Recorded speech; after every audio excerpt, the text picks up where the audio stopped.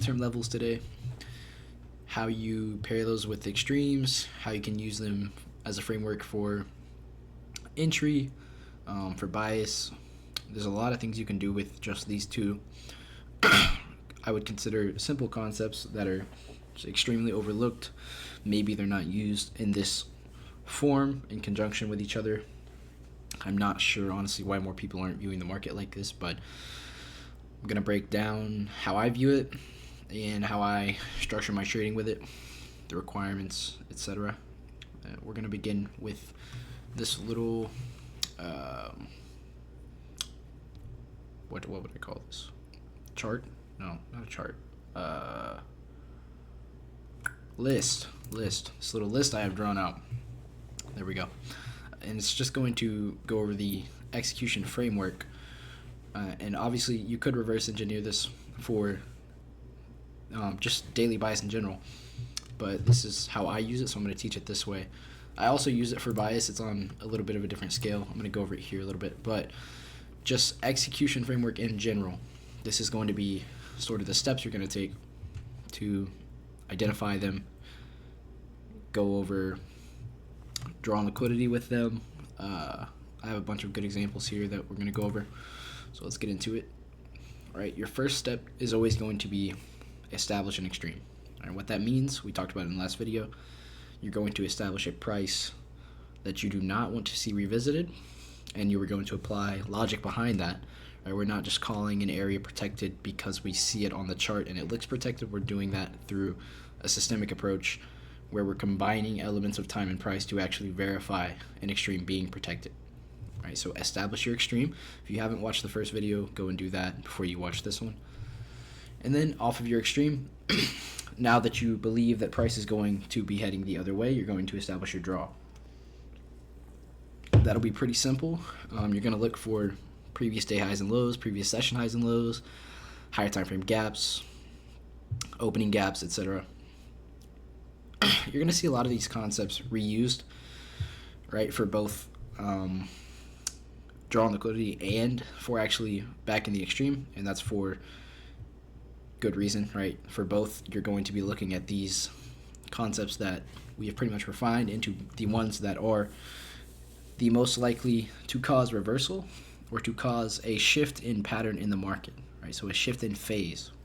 One of these is most likely going to shift the market from a manipulative phase to an expansive, etc. So that is going to be, when you're looking for your draw, like I said, previous day levels, OTE, things like that, right? And then once you establish a draw, an area of price that you want to see us head towards after establishing an extreme, you are going to look for a reaccumulation or an accumulation in price. So accumulation would just be, your simple eyeball pattern, right? You see price expand, or maybe we take a low and price just starts wicking back and forth, right? We're retaking both highs and lows, not achieving anything, just collecting orders. That is accumulation. Reaccumulation would be we expand, then we come back into a gap, come back into an order block, back into an opening gap. That is reaccumulation. We are reaccumulating orders because we've just expanded and used them.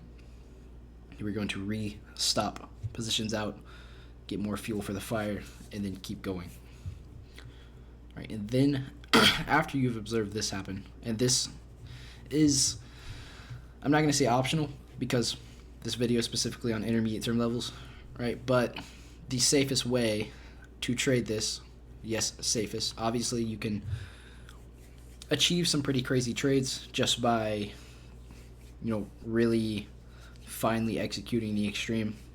But no matter how good you are at doing that, your win rate will suffer because there's too much variance in the market to catch every single top and bottom, which is what all of the, top and bottom tickers that a lot of you guys look up to aren't showing you. So this is going to be the safest way to trade this, and you're going to achieve relatively, similar RR with a much higher probability of actually winning the trade. You're going to look for intermediate term levels that are left remaining in premium or discount, right? So if you're longing, you want to look at intermediate term levels in discount, shorts, premium. And what I recommend people to do, just to make this easier, is once you've established your range, right, just use the quarters for this even. a previous day range, draw it from high to low, then literally just draw out a GAN box or a rectangle tool, green and red, premium and discount, and look at the highs and lows in those areas. Those are going to be where your focus needs to be. And then after you have established this, you're going to watch price come back into those levels, and then you're going to look for your entry triggers, right? Because now you have your extreme, you have your draw on liquidity, you have your entry point. Now you just need the actual entry trigger to happen, right? That's a 4-step execution process. That's something that you can replicate and observe almost every single day. And that is going to be, like I said, reusing the concepts because they work.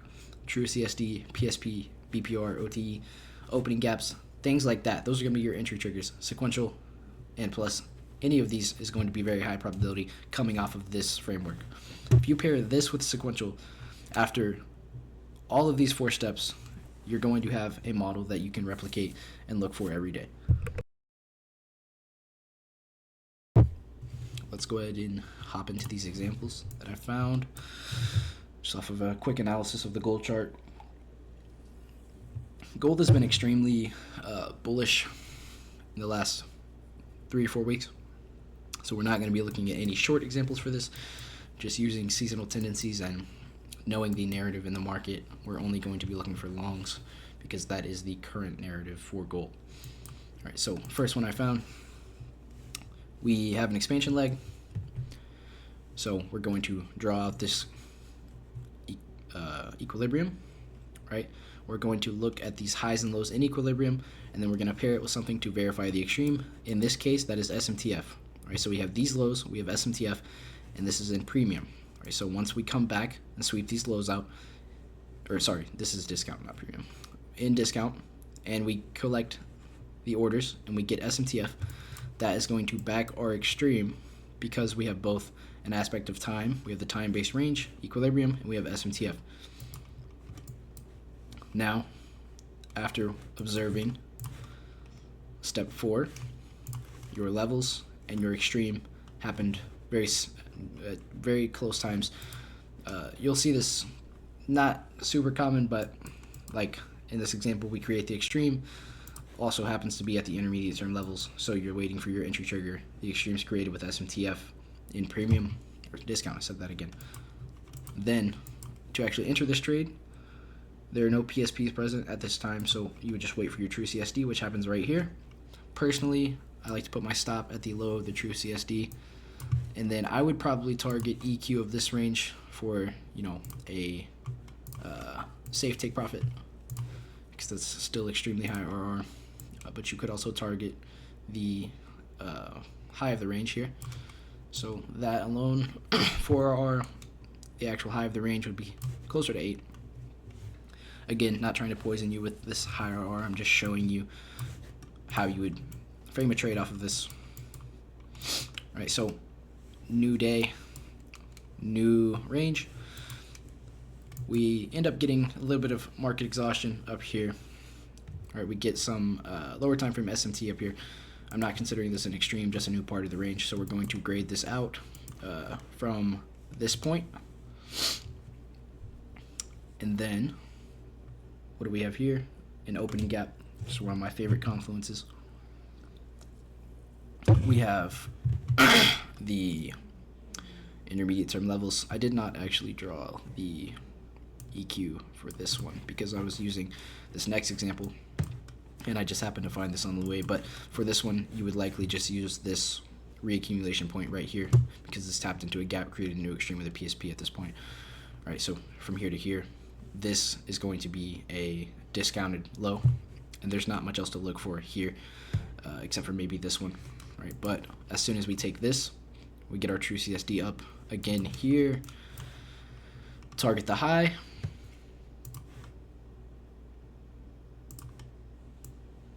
stop at the low. You can target EQ of this for about 3RR, that high right there. You can target the old high that we're using for the range at about 5. And the reason that this is considered a backed extreme is because we have this true CSD within this opening gap in discount of this range. Right? So there's 3 confluences. Next example, I'm going to use this one. So this range we're going to disregard this for now, the one we just talked about, because I just noticed that while I was creating this example. But we're going to use this range for this next example, and that is going to be this low, this high that we just retook off of the exact same thing that we have talked about this entire time. How we got to this point for this new range is via a discounted intermediate term level in a time-based PD array, opening gap, true CSD up. Right now we have a new range. We're going to look at a higher time frame picture. We get this large drop. What is our target? Discounted lows. Right, and this, like I said, the most significant one, it's in an opening gap. It's a reaccumulation within this gap. This is a very nice area to target if you are shorting this or if you're looking to go long again. Right, so we don't want to see this because why? SMTF, true CSD. This is an extreme. We don't want to see this price return to. So we're going to turn our attention to these lows in discount, and it's going to be sort of subjective on how you get into this trade, because you could wait for the true CSD, which is about right here, or you could enter on this PSP, be a little more risky. So that would be, let's just say you entered off of that PSP right there. Stop at the low of the PSP. Target EQ of this range. Any of these opening gaps would be a target for a little bit less than 2 RR. I wouldn't take that just because 2 RR is my minimum. But let's say you targeted this high, or you even tighten your stop because this is a large PSP to about 50% of it. You would not have got stopped out there. Even 0.75. That's a very large PSP. If you have a wick like that, maybe even just wait for the tracement into the wick, maybe a quadrant level, and then enter there with your stop at the next quadrant. Because of how large of a PSP that is, especially considering this is a 15-minute time frame, you would likely have closer to 2 or 3 RR if you targeted these opening gaps right here. But let's say you're somebody who swings or holds longer, you could just target the high of this range with that PSP with the original stop that we just used, and that would be around 4 RR. But that's not all. How do we continue this move to retake this high? Through another example of discounted lows after an extreme is formed. So this is an extreme now because why? Opening gap, intermediate term level and discount, PSP. So now we do not want price to revisit this level. We get our reaccumulation here. We come back down, draw out our premium and discount. What do we have here? Intermediate term levels that we are looking at, right? What is our entry trigger here? It would be a true CSD, which happens right here. And this example would have, honestly, a lot to target. Let's say you entered here as soon as that true CSD formed, or even right here because that's also a true CSD. I would not put my stop there. It's a little bit too tight, even though it's a true CSD. I'd probably just have it at this low. Target this old high, 2.6 RR. Target the opening gap, closer to 3. And then if you targeted the extreme once again, not extreme, sorry, we're just using this as the high of the range because we expect this to get taken again. That's closer to 8 RR off of a true CSD that formed right after taking this intermediate term level. So a lot of good examples, just analyzing one portion of price from the last 2 weeks. All right, and I would recommend that you all just do exactly what we just did together on multiple different assets. Just go through all the tickers you can find and look for this to happen, because this is what we have found to be the most efficient way to trade ICT concepts. I mean, this is the framework that was taught in every single mentorship. This is the framework that Day used. This is, the data we have on this significant list right here is how we view the market running, right? So go back in your charts, look at all these examples that you can find, And eventually you're going to start seeing these form in real time, and you're going to get more comfortable with your entry triggers, understanding what happens after we touch a level, observe the volatility after reaching these levels. I mean, there's endless ways to refine this right here. And this is how you combine the intermediate term levels with the extremes and actually find a way to view the market that you can replicate and that you can put your mind to and go into the charts and actually back test this and find good results. There's not much else for me to go over here. I don't expect all of you to get this immediately. This is probably for the first time for many of you the first time you're being introduced to a combination of two aspects of market structure. A lot of mentors and just people on social media have really steered away from market structure. I'm not sure why, but I recommend you all go back in your charts and look through all of this. And of course, if you have any questions, just feel free to reach out to me.